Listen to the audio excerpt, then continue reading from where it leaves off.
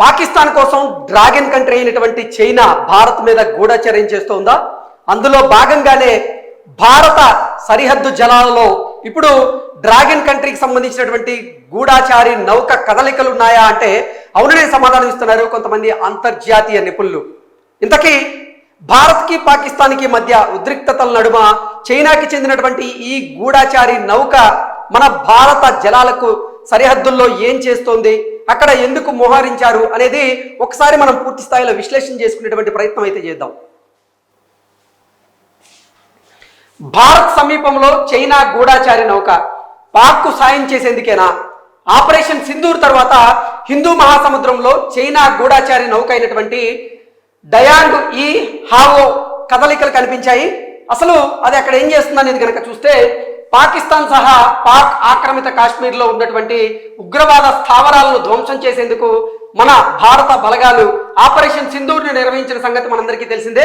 Operation Sindoor జరిగిన వెంటనే భారత జలాల్లో చైనాకు చెందినటువంటి గూఢాచారి నౌక అయినటువంటి డి యంగ్ ఈ హవో కదలికలు కనిపించడం చర్చనీయాంశమైంది. ఇది పాక్ చైనా బంధాన్ని తెలిపేలా ఉందని ప్రభుత్వ వర్గాలు వెల్లడించాయి. అంటే భారత్కి పాకిస్తాన్కి మధ్య ఈ ఉద్రిక్తతల నడుమ ఇప్పుడు చైనాకు సంబంధించినటువంటి ఈ గూఢాచారి నౌక మన భారత జలాలకి సమీపంగా మోహరించడం ఏంటంటూ కూడా అసలు కొన్ని ప్రశ్నలు అయితే ఉత్పన్నమవుతూ ఉన్నాయి. నిజంగా చూసుకున్నట్లయితే ఈ పెహల్గాం ఉగ్రదాడి జరిగిన తర్వాత పెహల్గాం ఉగ్రదాడికి మన భారత సైన్యం ఆపరేషన్ సింధూర్ పేరిట పాకిస్తాన్లో ఉన్నటువంటి కొన్ని ఉగ్రవాద స్థావరాల మీద అలాగే పీఓకేలో ఉన్నటువంటి కొన్ని ఉగ్రవాద స్థావరాల మీద మెరుపు దాడులు చేశారు. ఆ మెరుపు దాడుల్లో కొంతమంది ఉగ్రవాదులు హతమయ్యారు, అలాగే కొన్ని ఉగ్రవాద స్థావరాలు అయితే నేలమట్టమయ్యాయి. ముఖ్యంగా మాట్లాడుకుంటే జైషే మహమ్మద్ అలాగే లష్కర్ తోయిబా ఈ ఉగ్ర స్థావరాలను లక్ష్యంగా చేసుకొని భారత సైన్యం అయితే మెరుపు దాడులు చేయడం జరిగింది.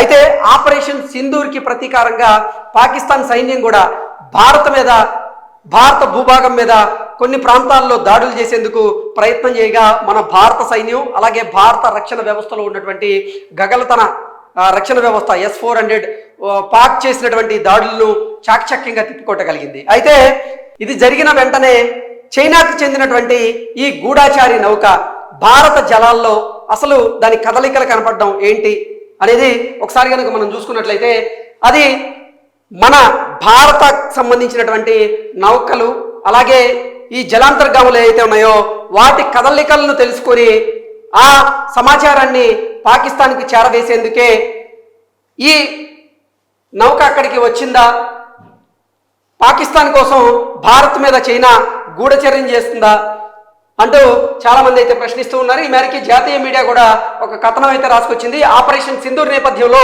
చైనా నౌక భారత్ జలాలకు సమీపంలో సంచరించడం పలు అనుమానాలకు తావిచ్చింది. మన సముద్ర జలాల్లోని భారత నౌకల కదలికలు, నిఘా, ప్రతిస్పందన సామర్థ్యాన్ని అలాగే జలాంతర్గాముల కదలికల్ని హైడ్రోగ్రాఫిక్ పరికరాల సాయంతో చైనా పసిగట్టేటువంటి అవకాశం ఉందని ఆ వర్గాలు వెల్లడించాయి.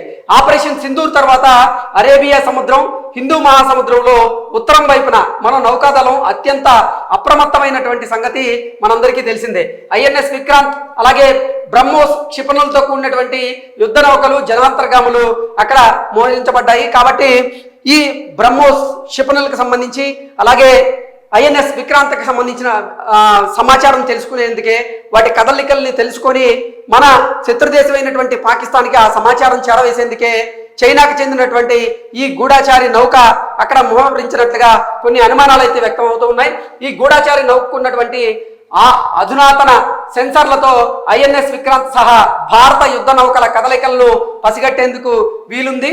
సో ఈ గూఢాచారి నౌకున్నటువంటి ఆ ప్రాధాన్యత ఏంటనేది మనం చూసుకున్నట్లయితే దానికి ఉన్నటువంటి అధునాతన సెన్సార్లతో అది మన INS విక్రాంత్తో పాటుగా మన భారత అమ్ముల పదలో ఉన్నటువంటి ఈ బ్రహ్మోస్ క్షిపణులకు సంబంధించినటువంటి కదలికలను తెలుసుకొని అది మన శత్రు దేశానికి తెలియజేసేటువంటి అవకాశం, పసగట్టేటువంటి వీలు ఉందన్నట్లుగా దాని గురించి చెప్తున్నారు. పాక్కి తమ మద్దతు ఉందని సంకేతాలు పంపేందుకు, నిఘా సమాచారాన్ని సేకరించేందుకు ఈ మోహరింపు ఉపయోగించుకొని ఉండవచ్చని అనుమానాలు కూడా వ్యక్తమవుతున్నాయి. ఒకవేళ పాకిస్తాన్లోని కరాచీ మీద భారత్ దాడి చేసేందుకు సన్నాహాలు చేస్తే వాటిని ముందుగానే పసిగట్టి సదరు సమాచారాన్ని పాకిస్తాన్కి తెలియజేసేలా ఈ మోహరింపు ఉండి ఉండొచ్చు అనేటువంటి అనుమానాలు కూడా వ్యక్తమవుతున్నాయి.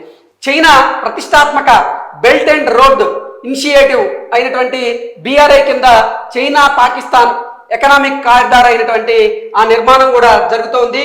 పాక్ ఆక్రమిత కాశ్మీర్ మీదుగా సిపెక్ ప్రాజెక్టు చేపట్టడంపై భారత్ మొదటి నుంచి తీవ్ర అభ్యంతరాలు వ్యక్తం చేస్తూ ఉంది. ఈ ప్రాజెక్టు పనులు పూర్తి కావాలంటే పాక్లో రాజకీయంగా ఆర్థికంగా స్థిరమైనటువంటి పరిస్థితులు ఉండడం డ్రాగన్ అత్యంత కీలకమైంది. అది కూడా నిఘా వెనక కారణం అయ్యి ఉండొచ్చు అనేటువంటి అనుమానాలు కూడా వ్యక్తమవుతూ ఉన్నాయి. ఈ నౌక భారత నౌకాదళ విభాగాల మధ్య కమ్యూనికేషన్ అడ్డంకులు సృష్టించగలదు.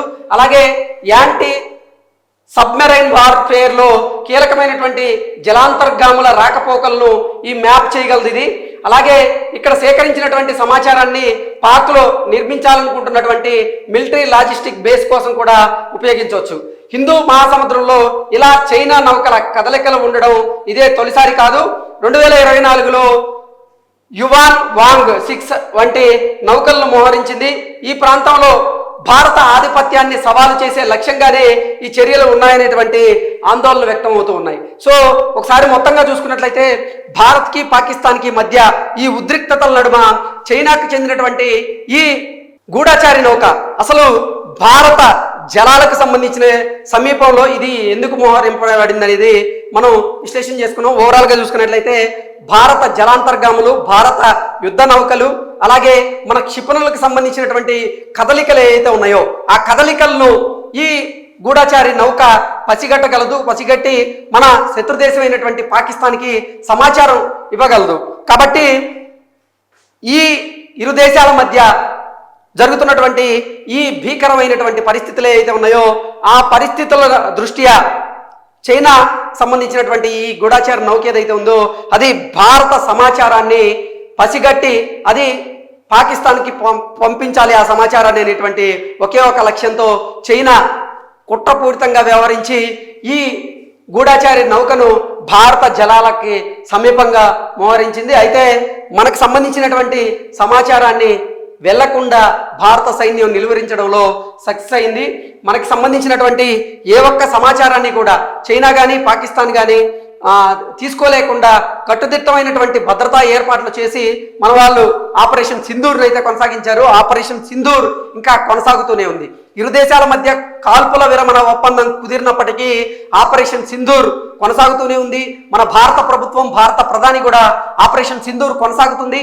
ఆపరేషన్ సింధూర్లో భాగంగా ఈ జమ్మూ కాశ్మీర్ ప్రాంతాల్లో ఉన్నటువంటి ఉగ్రవాదులు కానీ అలాగే ఉగ్రవాద స్థావరాలు ఏవైతే ఉన్నాయో వాటి మీద మేము ఖచ్చితంగా చర్యలు తీసుకుంటామంటూ వాళ్ళు చెప్పడం జరిగింది. అందులో భాగంగానే నిన్న పుల్వామా జిల్లాలో 3 ఉగ్రవాదుల్ని భారత భద్రతా బలగాలు మట్టు పెట్టడం జరిగింది. కాబట్టి ఆపరేషన్ సింధూర్ అనేది కొనసాగుతూ ఉంటుంది. దీనికి విరామం అనేది లేదనేది మనం పూర్తి స్థాయిలో విశ్లేషణ చేసుకోవచ్చు. Thank you so much.